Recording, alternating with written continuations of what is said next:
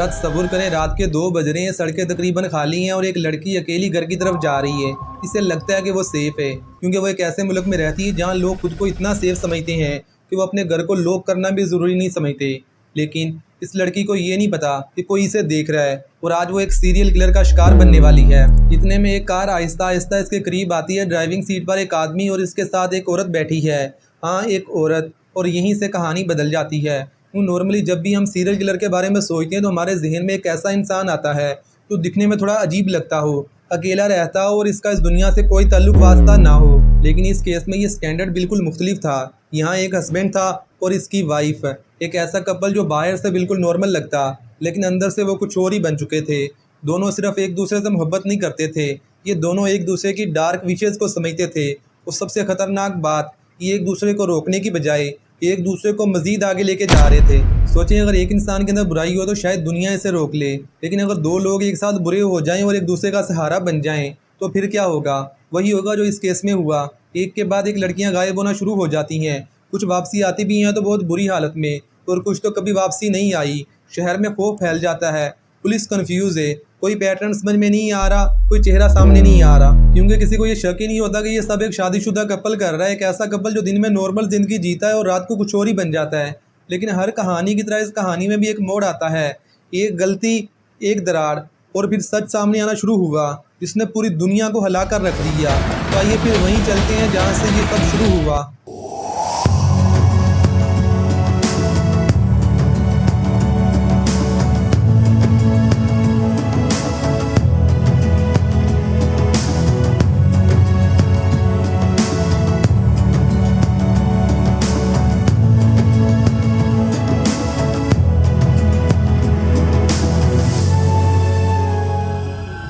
4 मई 1970 को कनाडा के Provence Ontario के शहर पोर्ट क्रेडिट में एक लड़की पैदा हुई।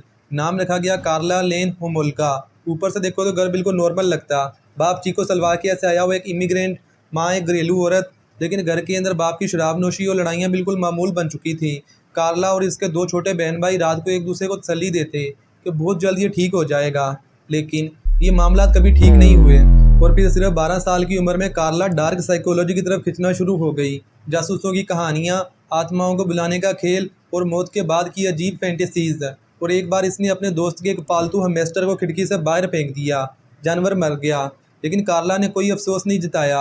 इसके चेहरे पर एक अजीब सी शैतानी मुस्कुराहट थी। उसी दौर में ओंटारियो के एक खुशहाल घराने में एक लड़का पल रहा था जिसका नाम पॉल बर्नार्डो था।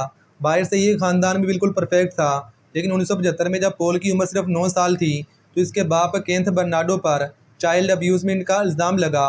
पॉल ने इस वाक़े को नज़रअंदाज किया, जो कि एक बहुत ही अजीब बात थी। लेकिन जो चीज़ इसे अंदर से तोड़ गई वो 16 साल की उम्र में सामने आई। एक दिन इसकी माँ ने इसे बताया कि तुम इस आदमी के बेटे नहीं हो, मैंने एक बार किसी और के साथ है। और इस लम्हे के बाद पॉल की शख्सियत हमेशा के लिए बदल गई और वो अपनी ही माँ को मारने पीटने लगा। यूनिवर्सिटी में पढ़ते हुए पॉल लड़कियों को लालच देकर अपने करीब लाता और फिर इन्हें अपनी हवस, जिल्लत और तशद्दुद का निशाना बनाता।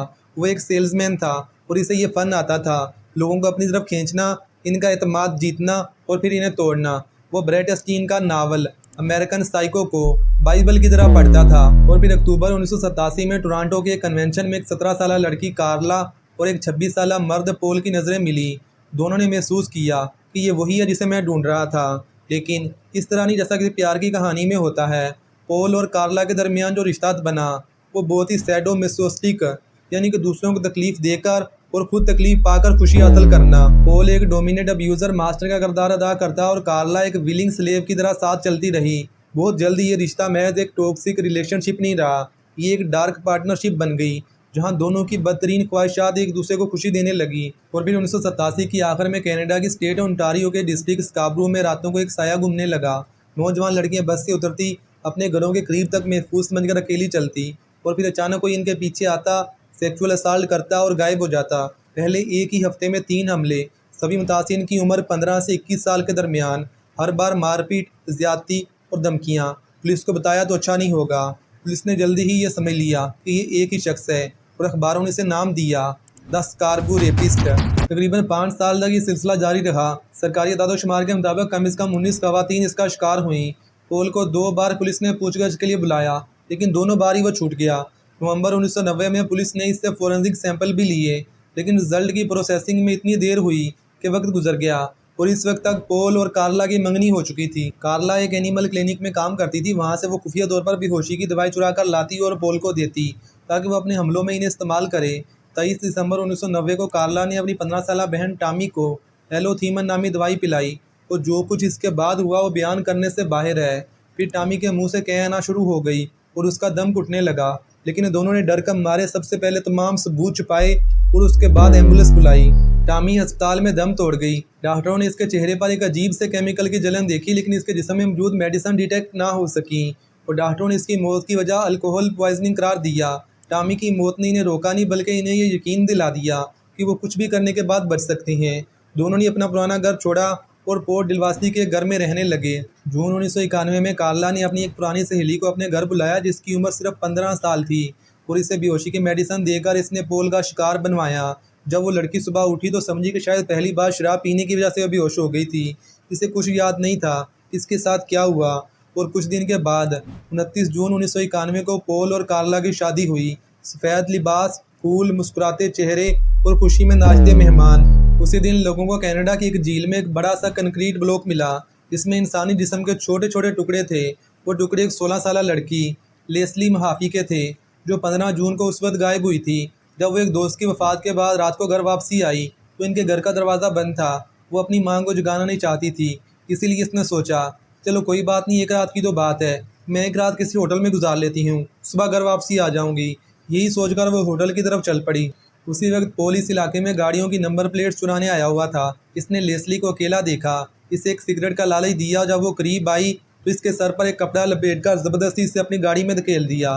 वो 24 घंटे की अजियत के बाद लेस्ली को कत्ल कर दिया गया। इस पूरे जुर्म में पोल और कार्ला दोनों शामिल थे और फिर इन्होंने लेस्ली की लाश को छोटे छोटे टुकड़े किए, इसको सीमेंट और बजरी में मिलाकर एक बड़ा सा पत्थर बना दिया और इसको झील में डाल दिया ताकि ना ये पत्थर ऊपर आए और ना ही ये लाश किसी को मिले। और फिर 16 अप्रैल 1992 को 15 साल क्रिस्टियन फ्रेंच को जो कनाडा के शहर एसटी कैथरीन में स्कूल से घर जा रही थी, पोल और कार्ला ने इसे रास्ता पूछने के बहाने से रोका और अगवा कर लिया। क्रिस्टियन 3 दिन तक इनके घर में रही और 3 दिन की अजियत के बाद 19 अप्रैल को इसे मार दिया गया और 30 अप्रैल को इसकी बरहना लाश एक नाले में से मिली, वहाँ से 45 मिनट की दूरी पर जहाँ से इसे उठाया गया था। पुलिस ने कई गवाहों की मदद से इस पूरे अगवा का मंजर रिकॉन्स्ट्रक्ट किया और नतीजा निकला एक बड़ी ऑफ वाइट कलर की गाड़ी और इसमें बैठा हुआ एक खूबसूरत जोड़ा। दिसंबर 1992 को पोल ने कार्ला को एक टार्च से इस कदर मारा कि इसका चेहरा पहचानना मुश्किल हो गया। अगले दिन कार्ला जब काम पर गई तो इसने अपने साथियों से कहा कि मेरा गाड़ी में एक एक्सीडेंट हो गया था, लेकिन इसके साथियों ने इसके घर वालों को बता दिया। कार्ला के घर वाले आए और इसको ज़बरदस्ती वहाँ से निकाल कर ले गए। घर से निकलने वक्त कार्ला कुछ ढूंढ रही थी, वो वीडियो टेप्स ढूंढ रही थी जो पोल ने छुपाई हुई थी, क्योंकि अपने हर जुर्म की वीडियो बनाते थे, लेकिन वो नहीं मिली। और फिर सिर्फ 2 महीने के बाद डीएनए की रिपोर्ट्स आई जिसने पोल को स्कार्बो रेपिस्ट साबित कर दिया। पुलिस ने पोल को गिरफ्तार किया और इसके घर की तलाशी ली, लेकिन वो टेप्स नहीं मिली क्योंकि पोल ने इन्हें वॉशरूम की दीवार में छुपाया हुआ था। कार्ला ने एक वकील किया और प्ली बार्गिन की निगोशिएशन शुरू कर दी। इसने पुलिस को पेशकश की कि मैं सारा सच बताऊंगी, बदले में मेरी सज़ा कम करें। इसने खुद को मजलूम साबित किया, कहा कि पोल ने इसे मजबूर किया, इसे मैनिपुलेट किया, वो तो खुद इसका शिकार थी। 14 मई 1993 को प्ली एग्रीमेंट फाइनलाइज हुआ जिसके मुताबिक कार्ला को सिर्फ 12 साल की सज़ा मिलेगी और 3 साल के बाद पेरोल का मौका। लोगों ने इसे डील विद डेवल कहा और फिर वही हुआ जिसका कार्ला को डर था। पोल के डिफेंस लॉयर ने इन टेप्स का पता लगा लिया और पुलिस को भी इनका इल्म हो गया।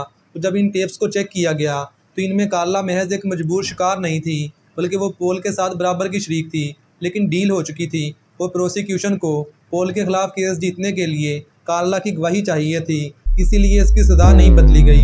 1 सितंबर 1995 को पोल बर्नार्डो को कत्ल, अगवा, जिनसी ज़्यादती समेत मुतअद्दिद इल्ज़ामात में उम्र कैद की सज़ा सुनाई गई, कम से कम 25 साल बगैर पेरोल के।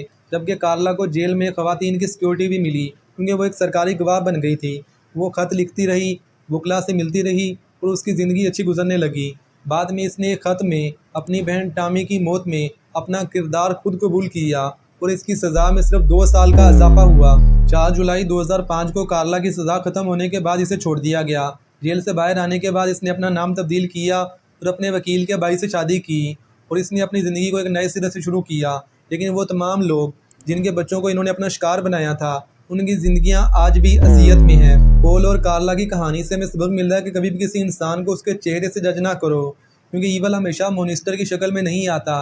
कई बार हंसते खूबसूरत चेहरे के पीछे भी एक शैतान हो सकता है। तो इसीलिए अपना और अपनी पूरी फैमिली का बहुत सा ख्याल रखो। अल्लाह हाफिज़।